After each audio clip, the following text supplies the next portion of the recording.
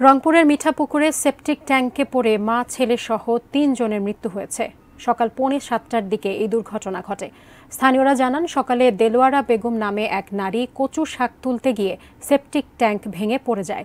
তাকে উদ্ধার করতে গিয়ে ছেলে ইদা মিয়া ও প্রতিবেশী ইবলুল মিয়াও ট্যাঙ্কে পড়ে যায়। খবর পেয়ে ফায়ার সার্ভিসের 2টি ইউনিট 1 ঘণ্টার চেষ্টায় ৩ জনের মরদেহ উদ্ধার করে।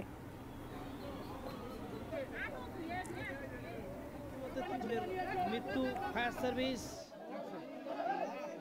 উদ্ধার কাজ চালাচ্ছে। উদ্ধার কাজ শেষে ফায়ার সার্ভিস দল আবারও ফিরে যাচ্ছে।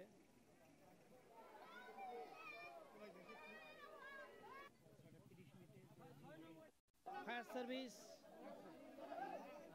উদ্ধার কাজ চালাচ্ছে।